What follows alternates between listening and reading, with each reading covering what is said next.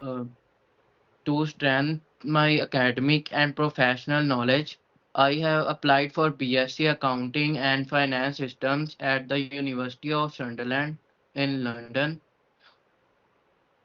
The course combines core accounting concepts with digital financial systems and data analytics and industry focused learning, which are highly relevant in today's finance sectors.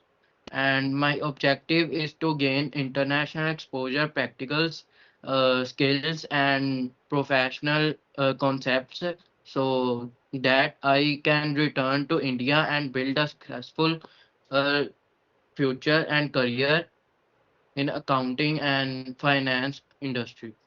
So Okay, that's so you have to, you can probably have a pleasant face. It's not like you're reading a news, right? You just have try to have a pleasant, you start with a smile and then you greet the officer. You say good morning, good afternoon, good evening, hi